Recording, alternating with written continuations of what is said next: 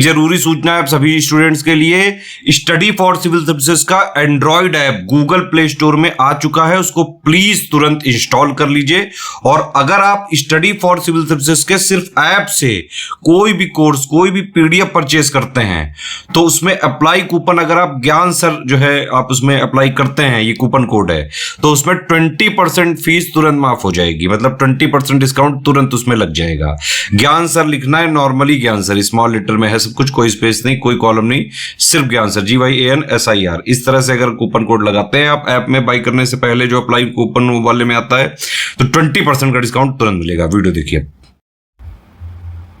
दोस्तों नमस्कार, study for civil services में आप सभी का स्वागत है। यूकेपीएससी प्रीलिम्स एग्जामिनेशन की पेड क्विज हम लोग लगातार देख रहे हैं, कंटिन्यू करेंगे। एग्जामिनेशन आपका जुलाई मंथ में है, ठीक है, ज़्यादा टाइम बचा नहीं है, तो इसलिए मैक्सिमम रिवीजन पे ध्यान रखें। उसी क्रम में ये सीरीज़ काफ़ी हेल्पफुल है, बहुत ही कम समय में कुछ एक्सपेक्टेड क्वेश्चन आप यहाँ से कवर कर सकते हैं, ठीक है। इसको फॉलो कीजिएगा प्लीज़ एग्जामिनेशन तक। देखिए यहाँ पे क्वेश्चन है कि कौन सा एक भारत का नाम नहीं है। तो जैसे अभी पॉपुलर, जैसे ये कॉन्स्टिट्यूशन का आर्टिकल 1 देखेंगे हम, तो उसमें कहा गया ना कि इंडिया दैट इज़ भारत। तो अभी प्रचलित तो खैर 2 नाम है, लेकिन प्राचीन रूप से कई नाम भारत के रहे हैं, ठीक है। तो यहाँ पर जैसे हिंदुस्तान होना चाहिए, ठीक। तो ये वाला गलत है, जम्बू फल, जम्बू द्वीप है ना, अगर ये होता तो ये भी एक प्राचीन रूप से भारत का नाम रहा है। इसके अलावा आर्यावर्त भी है, ठीक है, भारत है, ये सारे नाम भारत के हैं। नेक्स्ट है, कौन सा युग्म सुमेलित नहीं है। बहुत ध्यान से देखा करिए क्या पूछा गया है आपसे। तो देखिए, ऑफिशियल लैंग्वेज है ना हिंदी, नेशनल सॉन्ग वंदे मातरम, ठीक है। नेशनल एंथम अगर पूछा जाए तो वो जो है जनगण मन है, ठीक। पॉपुलेशन डेंसिटी गलत है। 2011 के सेंसस के डेटा अभी यूज़ करने हैं क्योंकि नया हुआ नहीं है, अभी आपके एग्जामिनेशन में भी इससे ही पूछा जाएगा। तो उसमें 382 पर्सन्स पर स्क्वायर किलोमीटर था, ठीक है। और नंबर ऑफ स्टेट 28। फिर से देखें, कुछ स्टेटमेंट भारत के संबंध में है, कौन सा गलत है। लैंड बॉर्डर, टेरिटोरियल वाटर्स, तो देखिए जैसे साउदर्न इंडिया और पेनिनसुलर इंडिया मेनली हम देखें, अगर गुजरात से लेकर के इधर वेस्ट बंगाल तक, तो इंटरनेशनल वाटर्स जितने भी हमारा ये लग रहा है ना, ये टोटल है 7516.6 किलोमीटर है ना। तो यहाँ पे यही गलत है, ठीक। अन्य बातें ठीक है। 1991 की नई आर्थिक नीति के पश्चात भी किन उद्योगों के लिए लाइसेंसिंग व्यवस्था को समाप्त नहीं किया गया था।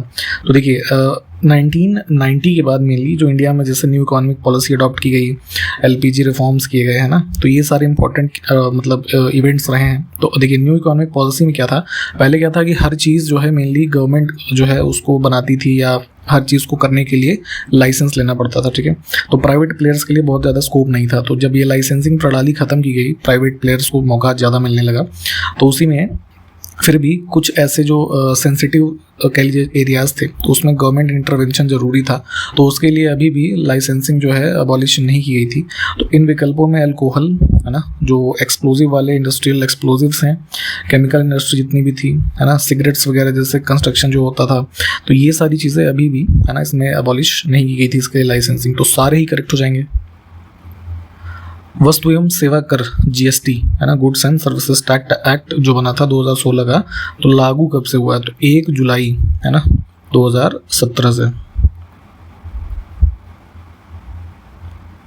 एक क्वेश्चन ये है कि रणवीर एक व्यक्ति है, भारत की लोकसभा का चुनाव लड़ना चाहता है, तो वह किस उम्र में ऐसा कर सकता है। अभी हाल ही में हमने 18वीं लोकसभा के इलेक्शंस देखे, ठीक है। तो लोकसभा में किसी व्यक्ति को अगर चुनाव लड़ना है तो मिनिमम जो क्वालिफिकेशन एज की होती है वो होती है 25 साल, ठीक है। लोकसभा का मेंबर बनना है यानी मेंबर ऑफ पार्लियामेंट, तो 25 साल, राज्यसभा का बनना है तो 30 साल, ठीक है। और जैसे पंचायत वगैरह का इलेक्शन लड़ना है तो उसके लिए 21 साल होती है मिनिमम। तो ये चीज़ें ध्यान रखें। निम्नलिखित में से दिल्ली का पहला सुल्तान कौन था जिसने धर्म पर राज्य का नियंत्रण स्थापित किया। देखिए इस क्वेश्चन में थोड़ा सा करेक्शन हम करेंगे ऑप्शंस के हिसाब से। अलाउद्दीन खिलजी जो खिलजी डायनेस्टी में हुआ है ना, तो ये जब इसने मतलब ये रूलर बना तो इसने क्या किया था कि रिलीजन को है ना स्टेट कंट्रोल या फिर पॉलिटिक्स से सेपरेट किया था, इसके लिए जाना जाता है, ठीक है। तो इस स्टेटमेंट को थोड़ा इस तरीके से ध्यान रखेंगे कि which sultan of Delhi is known for separating religion from politics, ठीक है। तो अलाउद्दीन खिलजी। साइंस का एक क्वेश्चन है जिसमें अम्ल एवं क्षार की अभिक्रिया के परिणाम स्वरूप लवण तथा जल बनते हैं उसे क्या कहा जाता है? तो ऐसी केमिकल रिएक्शन है ना, एसिड और बेस के बीच में, ठीक है। तो उसके बाई प्रोडक्ट बनते हैं क्या क्या? सॉल्ट और वाटर, ठीक है। तो ये रिएक्शन कैसी होगी? उदासीनीकरण अभिक्रिया यानी कि न्यूट्रलाइजेशन रिएक्शन।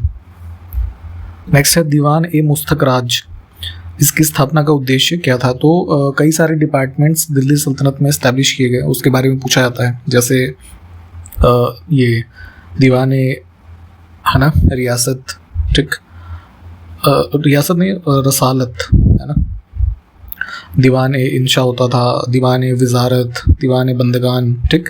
तो इन सब के बारे में प्लीज़ अलग से पढ़ लीजिएगा। अगर यहाँ पे मुस्तक राज की देखें तो रिकवर द ड्यूज़ है ना, बकाया लगाने की वसूली करना, एरियर वगैरह का जो कॉन्सेप्ट बेसिकली आज की डेट में आप देखते हैं तो उससे ही संबंधित था ये। और इसको स्टैब्लिश किसने किया था, ये क्वेश्चन पूछा जाता कई बार, तो अलाउद्दीन खिलजी, ठीक।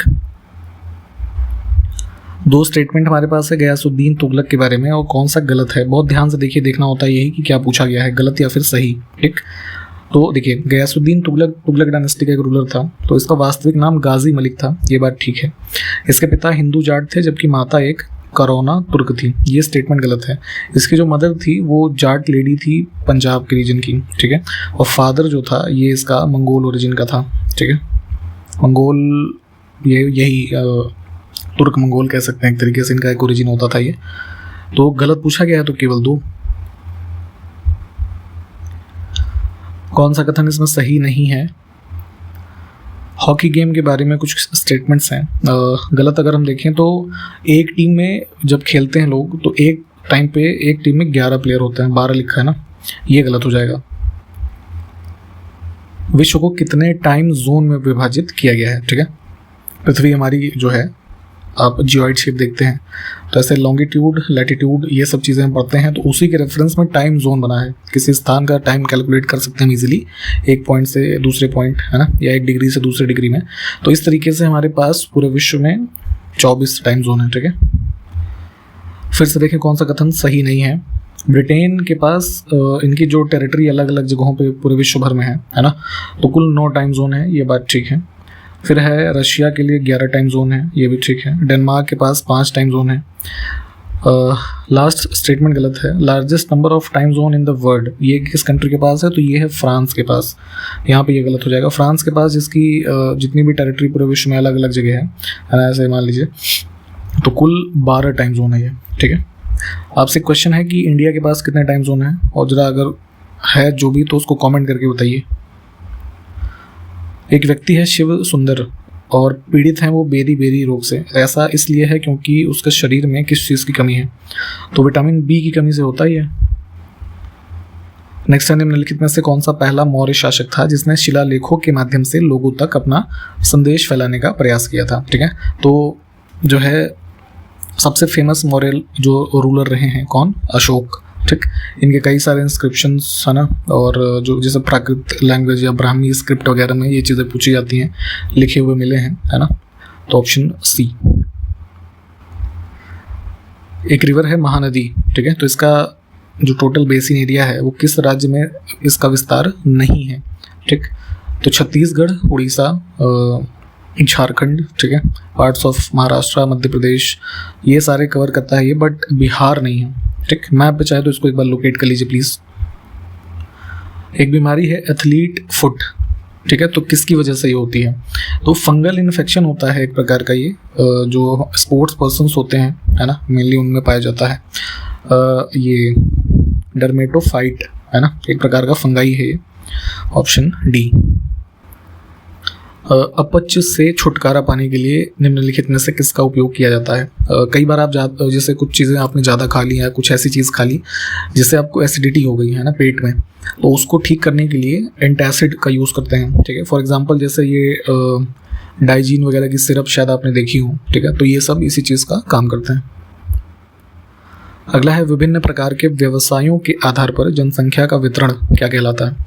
तो जैसे मान लीजिए एक शहर है ए, अब वहाँ पे 5 तरह के लोग हैं। कोई मान लीजिए सैलून चलाता है, कोई सरकारी नौकरी में है, कोई कृषि का कार्य कर रहा है, ठीक, कोई सब्जियों या फल बेचने का कार्य कर रहा है, ठीक है, कोई फैक्ट्री में जो है लेबर का काम कर रहा है। तो 5 तरह के लोग हो गए। तो इस प्रकार से जो जनसंख्या विभाजित है उस शहर में, है ना, इसको बोलते हैं व्यावसायिक संरचना, ठीक।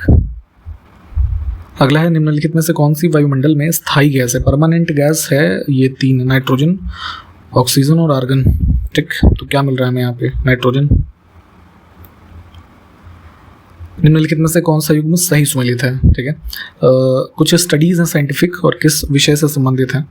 तो शब्दकोश जो ये डिक्शनरी वगैरह होती है इसके कंपाइलेशन को हम कहते हैं लेक्सिकोग्राफी, ये वाला ठीक है, ऑप्शन डी। एक केमिकल एलिमेंट होता है हमारा ब्रोमीन। तो अब इन विकल्पों के हिसाब से क्या होता है, ठीक। तो हेलोजन की कैटेगरी में ब्रोमीन जैसे आएगा, और रूम टेम्परेचर पर देखेंगे तो लाल रंग का एक ये लिक्विड है ना स्टेट में पाया जाता है, ठीक।